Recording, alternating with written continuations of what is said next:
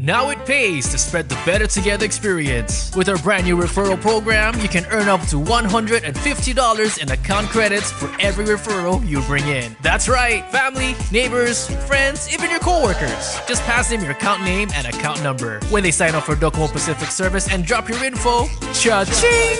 Credit applied. So spread the word and start stacking those savings. Additional conditions may apply. Docomo Pacific, we're better together. Good everyone, thank you for joining us. We're live this morning to learn about an event this weekend that's happening on Saipan and later on Rota. And so if you don't mind, we'll have our guests introduce yourselves, the organizations you're with, and tell us about the event that's happening. Okay. I'll go first. My name is Lorenza Smith, and I am a survivor of suicide loss. I'm here representing Safe Haven, survivor of suicide loss support group. Have a day tudo. Fred Fatialofa. I'm the pastor here at the Hanum Assembly here in Tanapa, partnering with Safe Haven, but also I am part of our Community Guidance Center, the 988 program. All right, great. And so I know before we went live, we were chatting about how this event is actually a national event. And so tell us about what's happening tomorrow. It's from 5 to 9 p.m. at the Carolina Hut in Garapan. You know, who's this event for? What is the program like, and just what can people expect? Okay, so tomorrow is the Survivor of Suicide Loss Day. So Survivor of Suicide Loss Day was established by the American Foundation for Suicide Prevention in 1999 in the United States. The event was created to provide support and connection for individuals who have lost a loved one to suicide. So we started one here in the cinema last year with under the Community Guidance Center. The event is to honor the lives lost to suicide and to break the stigma surrounding suicide in our community. This event is for not only for survivors of suicide loss, but also it's open to the community. During this event, we will be honoring the lives lost to suicide, and we will be supporting survivors of suicide loss. All right, and Pastor Fred, I'm just curious, you know, during this holiday season and people might be going through mental health issues and seeking resources. What are some of the resources people can seek outside of the event as well? Yeah, so we're thankful that we have the Community Guidance Center partnering with us. So we still have a lot of services that are available at the Community Guidance Center that, especially with our 988 program, we have the suicide prevention program, as well as, you know, the different,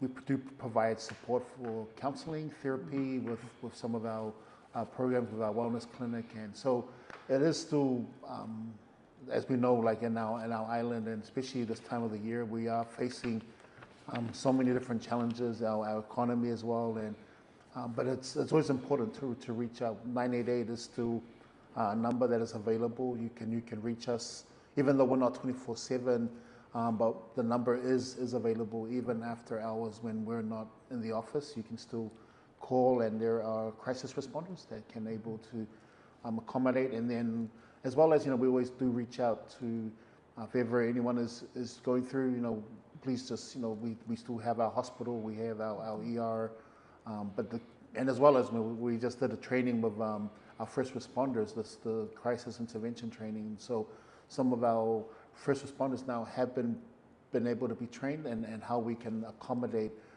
individuals that are, you know, going through mental health challenges, as well as, you know, suicide thoughts and the risk of, you know, of suicide behavior. So it's always key, as we always say in any training, or just in our community, just as long as we can show some kind of care and someone can reach out or even refer, you know, just reach out. And there are individuals and Safe Haven we're thankful for even Lorenza taking on, you know, this as a group, you know, bringing together those and in our community, though, like I said, trying to break down the stigma of, you know, of suicide. And it's not about setting aside all judgments, whatever perspectives and beliefs, but it's really just helping the individuals and as well as helping our families that have been impacted by suicide loss. Yeah.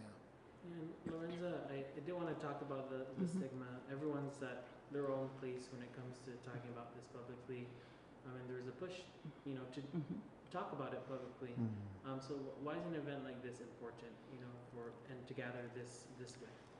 I think it's important because we need to have awareness in the community that there are people out there who are going through the pain of losing a loved one to suicide, and then with when we lose someone to suicide, there's always rumors accompanying it, right? And the community don't know how that one affects the family members.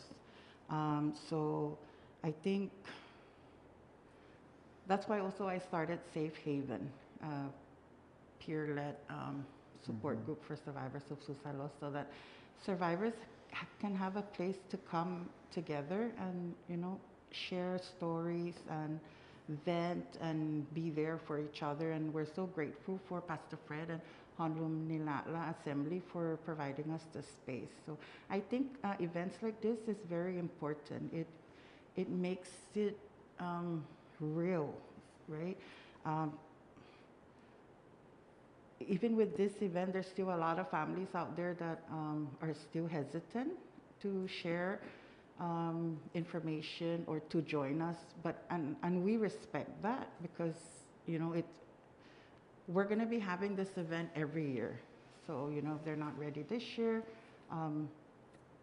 there's going to be another event next year. Yeah. So after last year's event, a lot of people reached out to me through Facebook and messaged me. They want to know. They didn't know about the event. Well, we went on KKMP. We shared the flyers, but then some reason it didn't reach some individuals. So they submitted names of loved ones, and some loved ones died like in the 80s, early 80s, late 80s. So they're really grateful for an event like this. And we have some family that submitted names and pictures, but then are not ready to attend the event itself. So we have volunteers that will stand in for those families. All right, and it's also happening on Rota on December 5th, right? On December 5th. So what can you share about the Rota event? The Rota event is very similar to the Saipan event.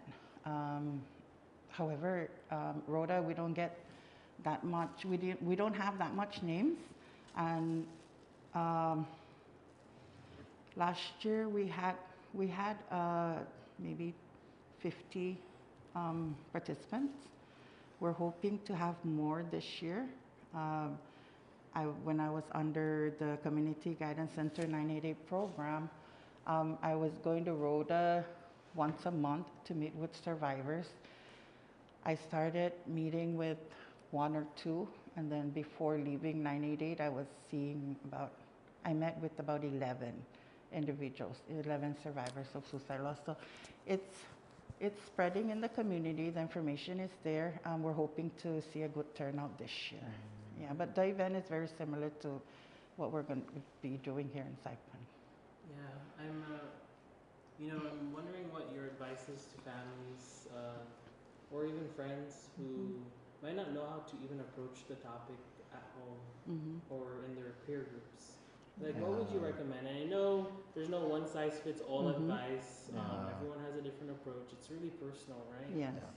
Even when I share my story. So, I don't know. What's your advice as people, who work with families on a daily basis? I'll go first. From my experience, when I lost my daughter in 2015, I wish there was a support group or someone that can be there for us, but because of the stigma, some people don't even they don't want to approach us. One thing I found out really irritating was people telling us she's gonna be okay, she's in a better place. When you lose someone to suicide, you don't, personally from experience, you don't say those words. It's better to just tell them, you know, I'm here if you ever need someone to talk to. That would really help. But, you know, comforting them and telling them it's okay, because it's not okay, or, you know, they're in a better place. How do you know that? You know, or asking the questions, what happened? Was it boyfriend problem? Is it family problem? You know, that those are not, those are things that I wish my family and, you know, friends wouldn't ask, because I'm asking myself that question, right? So just being there, knowing that that I have someone to lean on to, and someone there to support me, that would really help. So I think being there for someone that lost a loved one to suicide would be really helpful.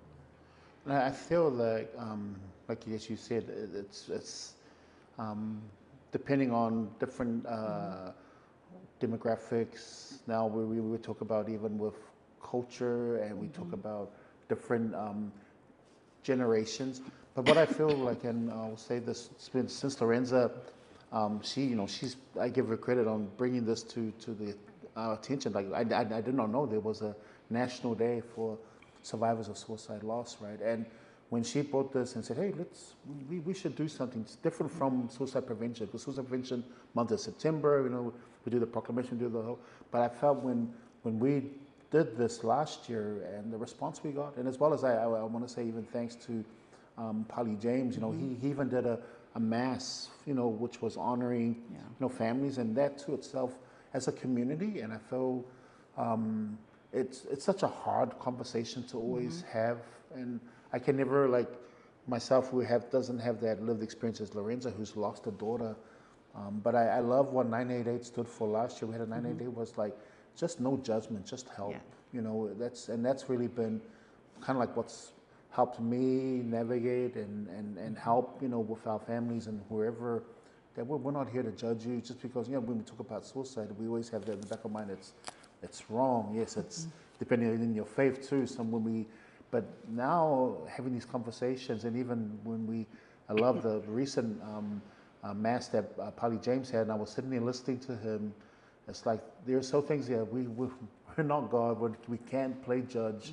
But what we can do is help each other, support each other, and I think that it's just to show that love and care, that we're all human, and we go through different. Even myself too, right?